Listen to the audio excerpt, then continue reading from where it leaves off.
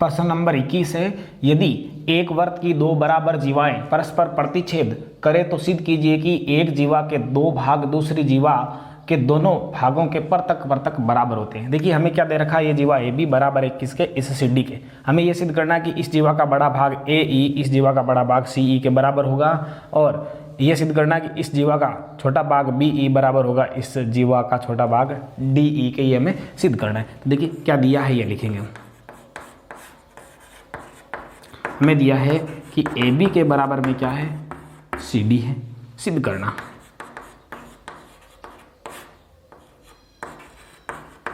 हमें क्या सिद्ध करना है, हमें सिद्ध करना है कि बड़ा भाग कौन ए ई बराबर है बड़ा भाग सी ई के, वे छोटा भाग बी ई बराबर है छोटा भाग डी ई के। ये हमको सिद्ध करना है।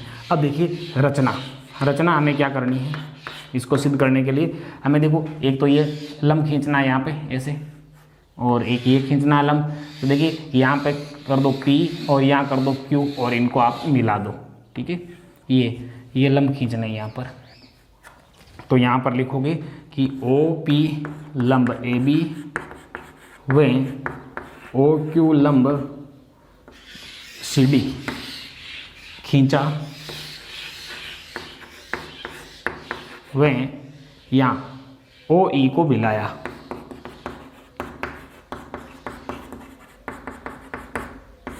ये हमने रचना कर दी। ये लंब खींचा यहाँ पर, ये लंब यहाँ पर खींचा और ये इसको हमने मिला दिया। अब देखिए यहाँ पर हमें क्या करना है, इस चीज़ को इस चीज़ के बराबर लाना है। तो देखिए पहली बात, ये दोनों चीज़ें मतलब ए बी और सी डी बराबर है, तो इनका आधा करेंगे तो वो भी क्या होंगे, बराबर होंगे। तो ये और ये आपस में क्या हो जाएंगे, बराबर। अब देखिए ये दोनों तरफ, ये वाले भाग दोनों तरफ, इसमें इन दोनों में ये दोनों भाग जोड़ देंगे तो ये वाली बात दोनों आपस में क्या हो जाएगी, बराबर हो जाएगी। तो देखिए उपपत्ति में सबसे पहले ए बी के बराबर में क्या है, सी डी है। ए बी के बराबर में सी डी है और इसका कारण लिख दो, दिया है। और ये समीकरण नंबर हो गया आपके 1। अब देखिए आधा करेंगे, 1/2 कर देंगे ए बी का, तो 1/2 सी डी का करेंगे, तो ये भी दोनों क्या होंगे, बराबर होंगे। तो देखिए ए बी का आधा करेंगे तो क्या बनेगा, आपने ए पी बन जाएगा बराबर में। इसका आधा करोगे सी डी का तो क्या बन जाएगा, ये सी क्यू बन जाएगा। अब देखिए ये आपके हो जाएगा समीकरण नंबर 2। अब देखिए ये कैसे हुआ, हमने पर में पढ़ा है कि पीछे कि केंद्र है वो जीवा का क्या करता है, लंब समद्विभाजन करता है, इसलिए ये 2 आधा करने के कारण ये बराबर हो गए। अब हमें क्या करना है, इस त्रिभुज को इस त्रिभुज के सर्वांग सम सिद्ध करना है। इस क्यों करना है, इन चीज़ों को बराबर लाने के लिए। कौन सा, पी ई और क्यू ई को बराबर लाने के लिए। तो हम लेंगे त्रिभुज ओ पी ई व त्रिभुज ओ क्यू ई में क्या चीज़ें बराबर है वो लिख देंगे। देखिए क्या, ओ ई के बराबर में ओ ई, इधर का ओ ई बराबर में ओ ई। देखो ओ ई दोनों त्रिभुजों में काम आ रहा है, तो इसका कारण हो जाएगा उभयनिष्ठ भुजा। उसके अलावा कोण P के बराबर में कोण कौन है, Q है। देखिए इधर का P इधर का Q बराबर है Q है।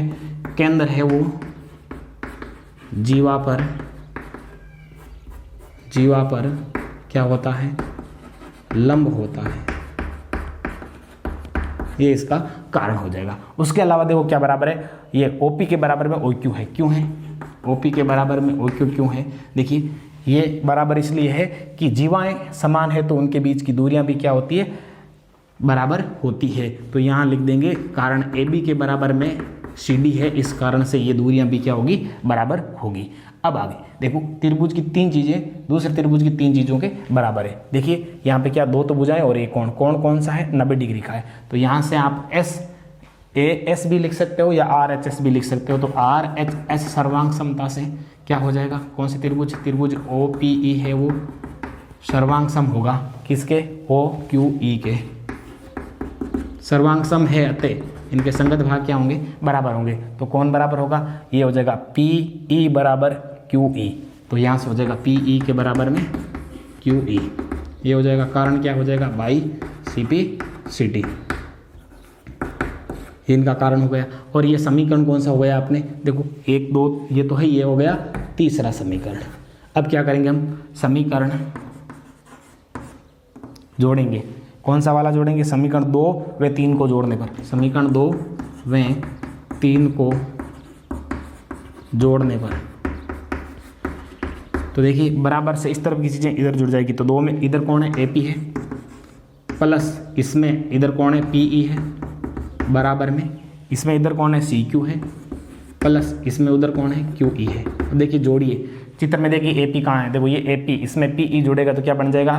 AE बन जाएगा इनका, बराबर में CQ, देखिए ये CQ, इसमें QE जुड़ेगा तो क्या बन जाएगा? CE बन जाएगा, ये CE हो गया।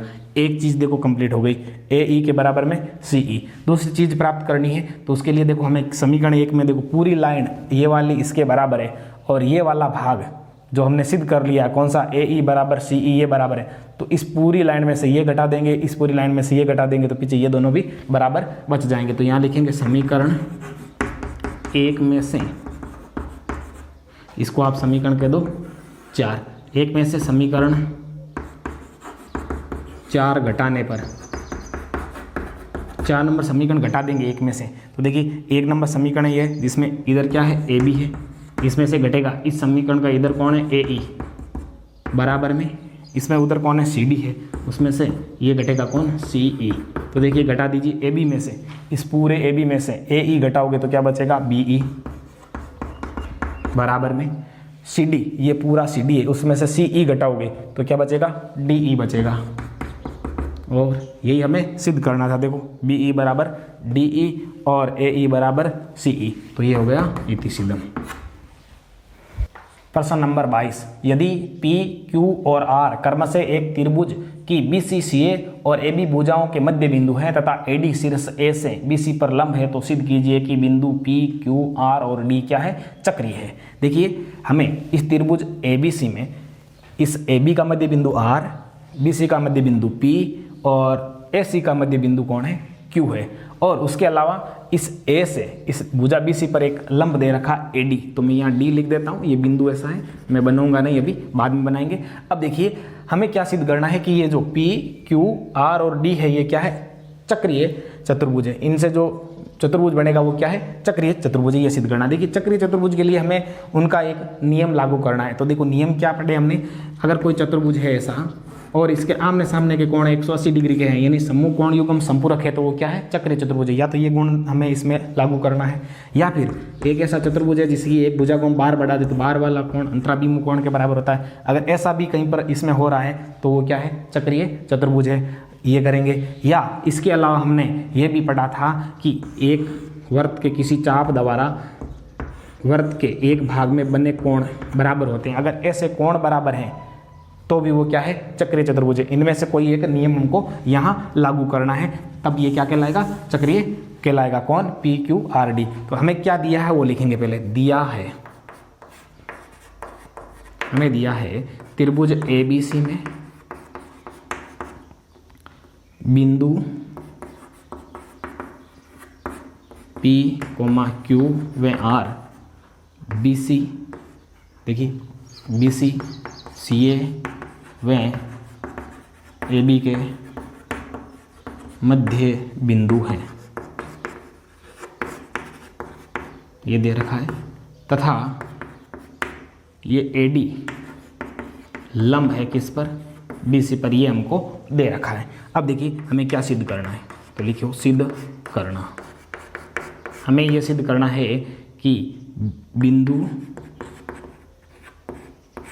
P, Q, R व D क्या है?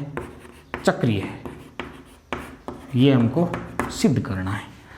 इनको सिद्ध करने के लिए हमें करनी पड़ेगी एक रचना। देखिए रचना में हम क्या करेंगे? हम मिलाएंगे किसको? ये PR को, PQ को, इस DR को, इस DQ को व इस QR को।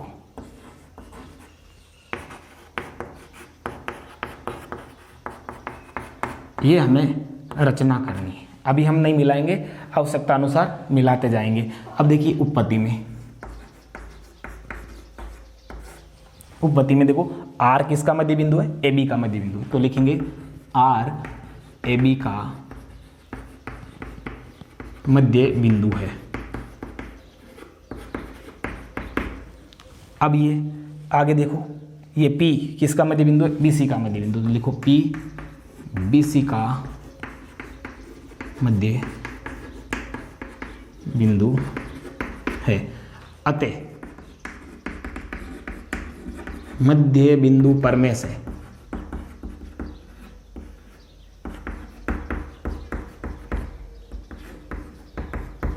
क्या हो जाएगा, ये मैं मिला देता हूं पी आर को,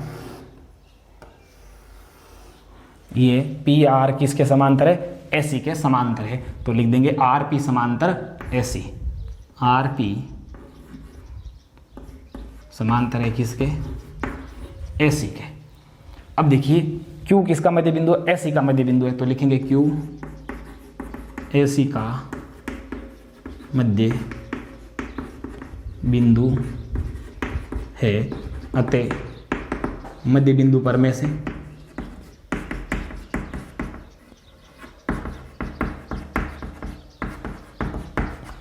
देखिए मध्य बिंदु पर में से, यानी हम इसको मिलाएंगे ऐसे, ये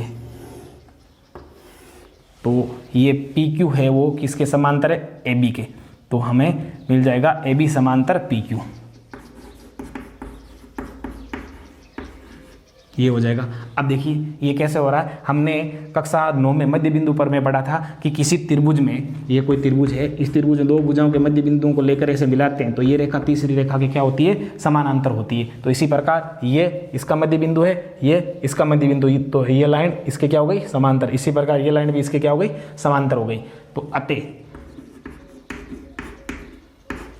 देखिए ये जो चतुर्भुज बन रहा है, ए देखो ये और ये जोड़ा समांतर है, ये और ये जोड़ा समांतर है, तो ए क्यू पी आर, यानी अतः ए पी क्यू, देखो सॉरी ए क्यू पी आर, ए क्यू पी आर एक समांतर चतुर्भुज है।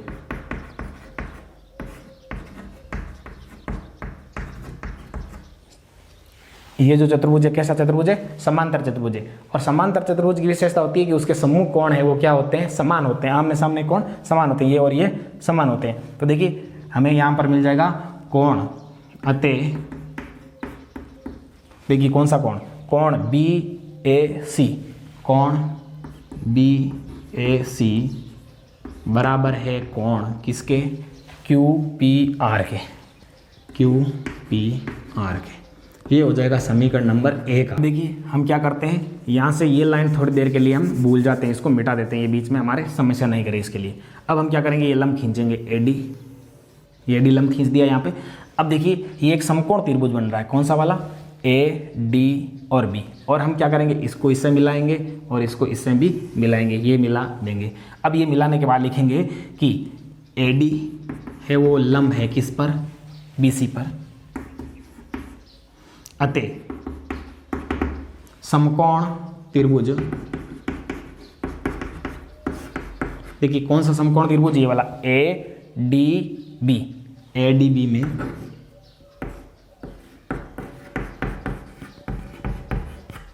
इस ए डी बी में ये क्या है, यहां से देखिए ये जो डी आर है वो क्या है, माध्यिका है, ये डी आर क्या है, डी आर माध्यिका है।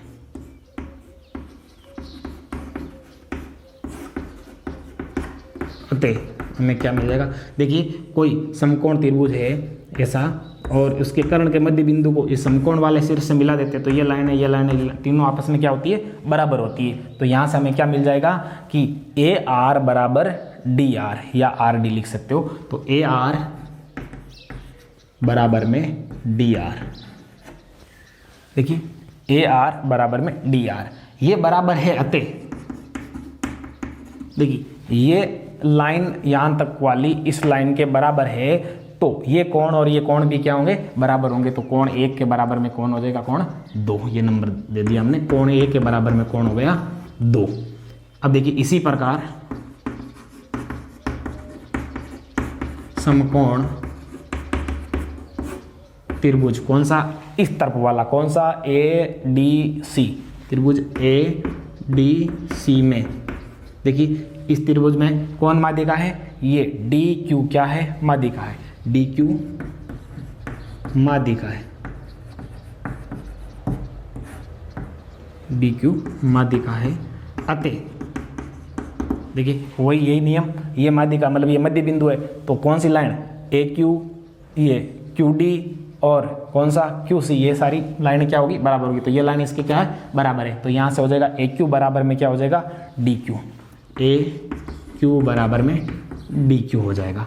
और ये बराबर है अतः देखिए क्या हो जाएगा, अब ये लाइन बराबर, तो ये कोण और ये कोण भी क्या होंगे, बराबर होंगे। तो ये हो जाएगा आपके कोण नंबर 3 और ये 4। तो यहाँ से मिल जाएगा कोण नंबर 3 बराबर है कोण नंबर 4 के। देखिए ये समीकरण 1 था, ये समीकरण हो गया 2 और ये समीकरण हो गया आपके 3। अब क्या करेंगे, समीकरण 2 व 3 को जोड़ने पर हम 2 कहाँ है, समीकरण 2 ये रहा और 3 ये रहा, तो इधर की चीज़ें इधर जुड़ेगी, उधर की उधर जुड़ेगी। इधर इसमें कौन है, कोण 1 है, प्लस इसमें कौन है, इधर कोण 3 है, बराबर में उसमें उधर कौन है, कोण 2 है, और प्लस यहाँ कौन है, कोण 4 है। कोण 1 और 3 जोड़ोगे तो क्या बनेगा, कोण 1 और 3 जोड़ोगे तो बनेगा बी ए सी।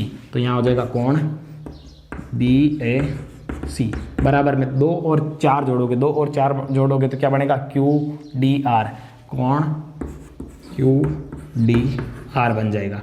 अब देखिए ये हो गया समीकरण नंबर आपके 4। अब देखिए समीकरण 1 और 4 से देखो, 1 में क्या है, देखो बी ए सी है, इसमें भी क्या है, बी ए सी है। तो देखिए बी ए सी के बराबर में ये चीज़ है, यहाँ बी ए सी के बराबर में ये चीज़ है। तो लिखेंगे समीकरण 1 व 4 से देखिए बी ए सी के बराबर में दोनों वैल्यू, तो यहाँ से हो जाएगा कोण क्यू पी आर बराबर में है किसके, कोण क्यू डी आर के, ये बराबर है। अब देखिए ये कोण कहाँ बन रहे हैं, इसमें देखिए यहाँ पे देखिए कोण क्यू पी आर कहाँ है, देखिए क्यू पी आर, ये क्या करेंगे हम, इसको देखो ऐसे मिला देंगे ना, ये वाला कोण किसके बराबर में है, डी क्यू आर के। डी क्यू आर कहाँ है, देखिए ये रहा, सॉरी क्यू डी आर, ये वाला कोण पूरा इस कोण के बराबर है। देखिए ये कहाँ से बन रहे हैं, इस क्यू आर से बन रहे, क्यू आर से बन रहे। देखो एक मैं व्रत बनाता हूँ, इसे ये व्रत बनाया मैंने, इस व्रत में मैं यहाँ क्या कर देता हूँ, आर ले लेता हूँ, यहाँ क्या ले लेता हूँ, क्यू ले लेता हूँ, और यहाँ पे क्या ले लेता हूँ, डी ले लेता हूँ, और यहाँ पे क्या ले लेता हूँ, पी ले लेता हूँ। अब देखिए यहाँ से इस एक ही चाप दबा रहा है, ये जो कोण बन रहा है, और यहाँ से ये जो कोण बन रहा है, ये कोण क्या है, बराबर है। अब देखो ये कोण बराबर है, तो ये क्या है, एक वर्त के शीर्ष है, और वर्त मतलब ये वर्त से इनके शीर्षों से क्या गुजरता है, एक वर्त गुजरता है, तो ये क्या है, एक चक्रीय है। तो लिख देंगे अतः पी क्यू आर और डी क्या है, चक्रीय है। यही हमें सिद्ध करना था, इति सिद्धम। प्रश्न नंबर 23, एबीसीडी एक समांतर चतुर्भुज है। एबीसीडी एक समांतर चतुर्भुज है। ए और बी से होकर एक वर्त इस प्रकार खींचा जाता है, ए और बी से होते हुए एक वर्त गुजरेगा ऐसे,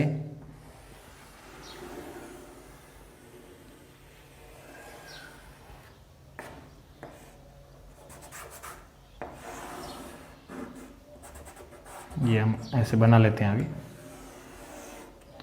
ए और बी से गुजरता, जो एडी को तो कहाँ पर काटता है, पी बिंदु पर काटता है, और इस बीसी को किस बिंदु पर काटता है, क्यू बिंदु पर प्रतिच्छेद करता है या काटता है। तो सिद्ध कीजिए कि पी क्यू सी डी यानी इस पी क्यू को मिला दे तो ये जो बाहर चतुर्भुज बनता है, ये क्या है, एक चक्रीय चतुर्भुज है।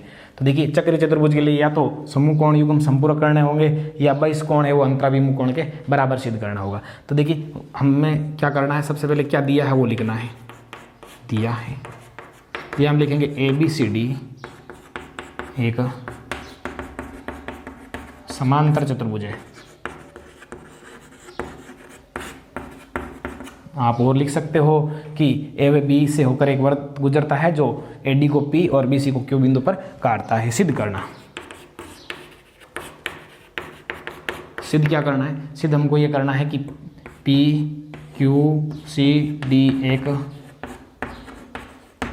चक्रीय चतुर्भुज है, ये हमें सिद्ध करना है। अब देखिए रचना इसमें कुछ नहीं करनी है, उत्पत्ति में देखिए समांतर चतुर्भुज में दो लगातार कोणों का योग 180 180 डिग्री होता है। तो देखिए कोण ए और डी मिलके कितने के होंगे 180 डिग्री के। तो लिखेंगे कोण ए प्लस कोण डी बराबर में 180 डिग्री। कारण हो जाएगा समांतर चतुर्भुज के आसन कोण।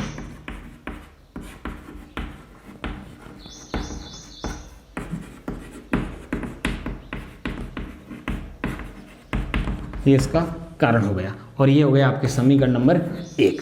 अब देखिए कोण ए है वो किसके बराबर है, इस बाहर वाले कोण के। किसके, 1 नंबर अंकित कर दूं इसके, तो लिख दूंगा कोण ए बराबर में है कोण 1। ये कौन सा, ये बाहर वाला। ये बराबर क्यों है इसके, इसका कारण हो जाएगा कि बहिष्कोण का मान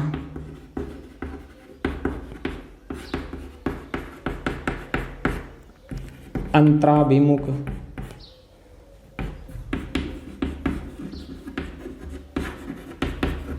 कोण के बराबर होता है। ये हमने पढ़ने में पढ़ा था, ठीक है। तो ये इस कारण से हो गया कि ये जो कौन सा A B Q P A क्या है, चक्र चतुर्भुज जिसका ये बहिष्कोण है, तो बहिष्कोण इस ए के बराबर है। तो ये हो गया समीकरण नंबर 2।